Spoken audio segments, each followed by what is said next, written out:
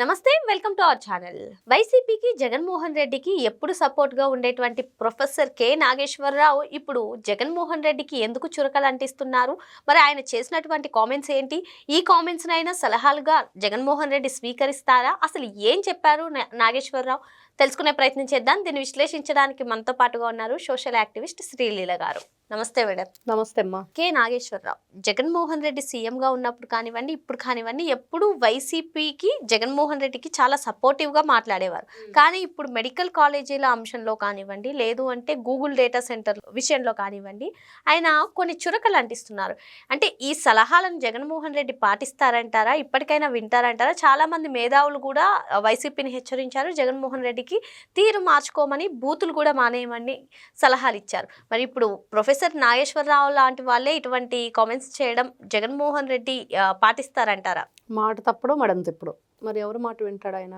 ఎవరి మాట వినడు. ఒంటెద్దు పోగడి జగన్మోహన్ రెడ్డిది. తాను పట్టిన కుందేలకి మూడే కాళ్ళు అన్న చందంగా జగన్మోహన్ రెడ్డి ఏది మాట్లాడాలనుకుంటే అది మాట్లాడతాడు. స్క్రిప్ట్లో ఏది ఉంటే అది. పక్కన 250 కోట్లు అంటే 150 కోట్లే అంటాడు. అది ఆయన పరిస్థితి.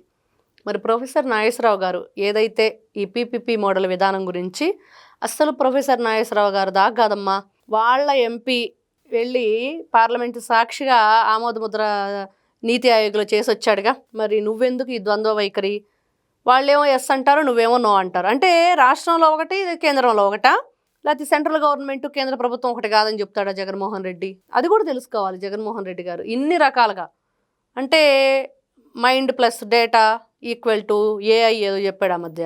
తర్వాత వచ్చేసి అమెజాన్లో టైప్ చేస్తే మీకు ఇట్లా కొడితే అమెజాన్లో అట్లా వచ్చేస్తుంది, ఏఐలోకి వెళ్ళి అమెజాన్ చూడండి అని అంటాడు. అంటే ఇట్లా పిచ్చి మాటలన్నీ మాట్లాడుతూ ఉంటాడు ఇప్పుడు ఈయన బాధ ఏంటంటే, ఈ పెట్టే హాస్పిటల్లో పిచ్చి హాస్పిటల్ లేదా? పిచ్చి హాస్పిటల్ ఉంటే ఈయనకు బాగుండేదా? లండన్ వెళ్ళే బాధ తప్పేదా? ఇట్లా ఆలోచించాలి. మరి ఇంకా ఇట్లాగా ఇతను ద్వంద్వ వైఖరి, వీళ్ళ ఎంపీలే అక్కడ ఆమోదముద్ర వేసిన తర్వాత ఈయన వద్దనే పరిస్థితి, ప్రజల్ని ఒక తప్పుద్రోవ పట్టించే ప్రయత్నం చేస్తున్నాడు. ప్రొఫెసర్ నాగేశ్వరరావు ఒకటే చెప్పారు, నువ్వు ఎవరైతే ఈ కాంట్రాక్టర్లు దీన్ని లీజుకు తీసుకోవడానికి ముందుకు వస్తారో వాళ్ళ మీద కేసులు పెడతానంటున్నావు కదా, ఏ సెక్షన్ కింద పెడతావు, ఏ విధంగా పెడతావు? ఈ రోజున కోర్టే చెప్పింది ఇక్కడ బడ్జెట్ ఎక్కువైపోతుంది, రాష్ట్ర ప్రభుత్వమే ఇది చేపట్టాలి, రాష్ట్ర ప్రభుత్వమే నిర్వహించాలి ప్రభుత్వ కళాశాలలు కానీ ఏదైతే ఈ హాస్పిటల్స్ కానీ అంటే జరగని పని. ఎప్పటికయ్యాను? ఎంతమంది విద్యార్థులు ఈ రోజున డాక్టర్ కావాలనుకున్న వాళ్ళ కళలు ఎప్పుడు నెరవేరుతాయి? ఎంతమంది ఆరోగ్యాలు దెబ్బతినిపోతాయి? ఎంతమంది ఇబ్బందులకు గురవుతారు? ఒక మంచి హాస్పిటల్ ఉండాలి, అది కూడా కార్పొరేట్ స్టైల్లో ఉండి అందరికీ కూడా అందుబాటులో ఉండాలంటే ఏ విధంగా కుదిరిద్ది? మరి వాళ్ళు భాగస్వాములు అయితేనే కదా అనేది కోర్టు కూడా చెప్పిన తర్వాత జగన్మోహన్ రెడ్డి బ్యాచ్ అందరికి కూడా ఒక బ్యాడ్ హ్యాబిట్, కోర్టు చేత మొట్టికాయలు వేయించుకుందో వాళ్ళకి నిద్ర పట్టదు. ఎప్పుడు మొట్టికాయలు వేయించుకోవటమే.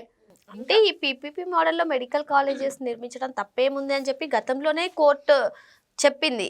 అయినా కూడా కోటి సంతకాల సేకరణ, మళ్ళీ వాటిని తీసుకెళ్లి హైకోర్టులో సమర్పిస్తాం. ఏంటి ఇప్పుడు అసెంబ్లీకి వెళ్ళట్లా 11 మంది, వచ్చింది 11 సీట్లు. అక్కడ పులివెందుల్లో డిపాజిట్లు లేవు, బయటికి వెళ్తేనేమో డబ్బులు పెడితే కానీ జనాలు రారు, జెండాలు పట్టుకునే వాళ్ళు కూడా ఎందుకు పట్టుకున్నారో కూడా వాళ్ళకే తెలియని పరిస్థితి. ఇన్ని రకాలుగా ఉన్నప్పుడు జగన్మోహన్ రెడ్డి ఏం చెయ్యాలి? ఏదో ఒకటి చెయ్యాలి. అది మంచి చేయటం మాత్రం మాకు చేత కాదు, వ్యతిరేకంగా ఏదో ఒకటి తీయాలి బయటికి. ఆ ఎజెండా ఏంటి అంటే ఇదిగో కోటి సంతకాల సేకరణ. దేని మీద మాట్లాడాలన్నా ఏదో విధంగా దాంట్లో వీళ్ళకి ఏం అర్థం కాని పరిస్థితి. ఇంకా అందుకని చెప్పేసి దీన్ని పట్టుకుని ఊగులాడుతున్నారు అందరూ. ఇదిగో ఈ పీపీపీ మోడల్ అంటేనే అమ్మో ఇంకేముందని చెప్పేసి ఒక బూచిలా చూపించి భయభ్రాంతులకు గురి చేస్తున్నారు. ఈ రోజున వచ్చే కాంట్రాక్టర్ల మీద కేసులు అంటాడు. సత్యకుమార్ యాదవ్ గారు కూడా చెప్పారు, నీకు ధైర్యం ఉంటే దమ్ముంటే నన్ను అరెస్ట్ చేయించావా? మరి నారా చంద్రబాబు నాయుడు గారిని చేపిస్తావా, మోడీ గారిని చేపిస్తావా? సెంట్రల్ గవర్నమెంట్తో కలిసి మేము ఈ విధానాన్ని ముందుకు తీసుకెళ్తున్నామని నారా చంద్రబాబు నాయుడు గారు కూడా చెప్పారు, గట్టిగా చెప్పారు. ఎవరు అవునన్నా కాదన్నా ఇది మాత్రం జరిగి తీరుతుంది. ప్రజలకి అందుబాటులో ఆధునిక వైద్యాన్ని తీసుకొస్తాము, వాళ్ళ భవిష్యత్తు బాగుండేలా చూస్తాము, పిల్లలకి మంచి కాలేజీలు, మెడికల్ కాలేజీలు అందుబాటులో తీసుకొస్తాము అని.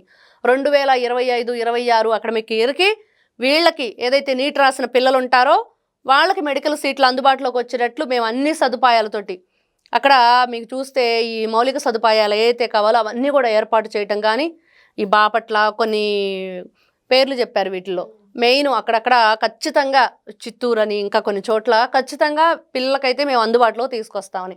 జగన్మోహన్ రెడ్డి గారి బాధ ఏంటి? ఇప్పుడు గూగుల్ విషయం ఉంది, గూగుల్ డేటా సెంటర్ ఏమంటాడు, కాసేపు నేనే తెచ్చానంటాడు, కాసేపు అంటాడు అది వస్తే అసలు యువతకు ఉద్యోగాలు లేవంటాడు. అంటే యువకులకి ఉద్యోగాలు లేకుండా చేయడానికి నువ్వు తీసుకొచ్చావు అప్పుడు మరి దేనికో దానికి నువ్వు అగ్రి అవ్వాలి.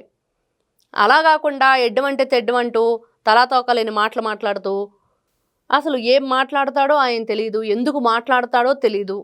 మరి ఇన్ని విధాలుగా ఆయన మైండ్ సెట్టు, ఆయన ఆలోచన విధానం, ధోరణి, ఆ నడవడిక, మాట తీరు ఇవన్నీ చూసిన తర్వాత ప్రజలకు అర్థమైపోయింది సైకో అనేది. అయిపోయే మిమ్మల్ని 11కు పరిమితం చేసి పక్కన పడేశారు. అయినా కూడా ఇలానే మాట్లాడితే ఎంతమంది మీకు గడ్డి పెడతారు? ఎంత గడ్డి తిన్నా మేము ఇంతే అంటారా? మా బుద్ధి వంకరే అంటారా? మేము ఇలానే ఉంటామంటారంటే ఖచ్చితంగా నిన్న చూసాం ఎలాంటి ట్రీట్మెంట్ తీసుకున్నారు. యోగి ఆదిత్యనాథ్ ట్రీట్మెంట్ అని చెప్పేసి ముక్త కంఠంతో చెప్పారు లోకేష్ గారు, పవన్ కళ్యాణ్ గారు, చంద్రబాబు నాయుడు గారు. ఖచ్చితంగా ఇట్లాంటి వెకిలి వేషాలు, వెర్రి పోకడలు పోతే, ఇట్లాంటి పిచ్చి ఆరోపణలు చేస్తే జగన్మోహన్ రెడ్డి గారికి కూడా కోటింగ్ తప్పదేమో అనిపిస్తుంది. నేను అందుకనే భయపడి జ్వరం వచ్చిందని కూడా చాలామంది అంటున్నారు. అంటే ఇప్పుడు జగన్మోహన్ రెడ్డి తన వైఖరిని మార్చుకోమని ఆ పార్టీలోనే, అంటే ఈవెన్ రాజశేఖర్ రెడ్డితో సన్నిహితంగా ఉన్న వాళ్ళు కానివ్వండి, సమకాలీకులు కానివ్వండి, అంతటి రాజకీయ అనుభవం ఉన్నటువంటి వాళ్ళు కూడా చెప్పారు. ఇప్పుడు మద్దతు ఇచ్చేటువంటి నాగేశ్వరరావు గారు కూడా చెప్తున్నారు. అయినా కూడా వైసీపీ తన వైఖరి మార్చుకోవట్లేదు, జగన్మోహన్ రెడ్డి తన వైఖరి మార్చుకోవట్లేదు. అంటే దీని ఫలితం ఏ విధంగా ఉండబోతున్నారు? ఏమంటే ఈరోజు 11 వచ్చినా రేపు అవి కూడా రావు. ఈ రోజున కనీసం పులివెందుల ఎమ్మెల్యే అని చెప్తున్నారు, మాజీ సీఎం అంటున్నారు, రేపు ఎక్స్ ఎమ్మెల్యే అని చెప్పుకోవాలి. ఇంకంతే కదా, ఇంకేం ఉండదు. ఖతం అని చెప్పే డైలాగ్ లాగా జగన్మోహన్ రెడ్డి పార్టీ ఖతం. మరి అంతే, ఏదైనా సరే ఒక దానికి కట్టుబడి ఉండాలి. ఇప్పుడు ఆ పార్టీకి, ఇప్పుడు ఈ రోజున తెలుగుదేశం పార్టీ ఉందంటే కార్యకర్తలే బలం, కార్యకర్తలే దాని ఊపిరి, కార్యకర్తలే ఇంకా పసుపు జెండా చూస్తే వాళ్ళకు ఒక రకమైన పూనకాలే వచ్చేస్తాయి. మరి అలాంటి కార్యకర్తలు ఎందుకుంటున్నారు? కానీ క్రమశిక్షణలో ఏ విధంగా ఉండిద్ది? అలా అని చెప్పేసి వాళ్ళు అలా ఉండటానికి వాళ్ళని విచ్చలవిడిగా వదిలేసిందా? చాలా కఠినంగా ప్రవర్తిస్తుంది. ఇంకొకరు వేలెత్తి చూపడానికి వీలు లేకుండా తెలుగుదేశం పార్టీ వాళ్ళని కట్టడిగా ఉంచుతుంది. మరి వైఎస్ఆర్సీపీ పార్టీ జగన్మోహన్ రెడ్డి గారు ఏం చేస్తున్నారు? రప్ప నరికేమన్నా పట్టించుకోడు, గర్భిణిని కాలుతో తన్నినా కూడా దాని గురించి మాట్లాడు, ఎక్కడ ఎవరి మీద ఎటువంటి చర్యలు ఉండవు. బట్టలోడు తీసి వాళ్ళు వాట్సాప్ కాల్, వీడియో కాల్ చేసి చూపిస్తారు వాళ్ళ ఎంపీలు, ఎమ్మెల్యేలు. ఆడపిల్లల మీద, ఇంటికొచ్చే పని పిల్లల మీద అఘాయిత్యాలకు పాల్పడతారు. ఇంత నీచంగా మహిళల పట్ల ఘోరాతి ఘోరంగా పోస్టులు, ఫోటో మార్ఫింగ్లు ఇన్ని రకాలుగా ఉన్నా కూడా ఆ పార్టీకి ఒక రూల్స్ కానీ, దానికి ఒక క్రమశిక్షణ కానీ ఏదీ లేదు. మరి అలాంటి పార్టీని నడిపించే నాయకుడి గురించి ఏం చెప్పుకోవాలి? ఎవరి మాట వింటాడు?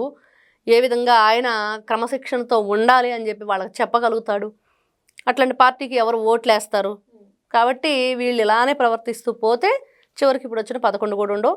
ఈయన ఎక్స్ ఎమ్మెల్యే అవుతాడు. ఇప్పుడు ఎక్స్ సీఎం అయ్యాడు కదా, రేపు ఎక్స్ ఎమ్మెల్యే అవుతాడు. మరో అంశంతో మళ్ళీ కలుద్దాం. Thank you madam. నమస్తే అమ్మ.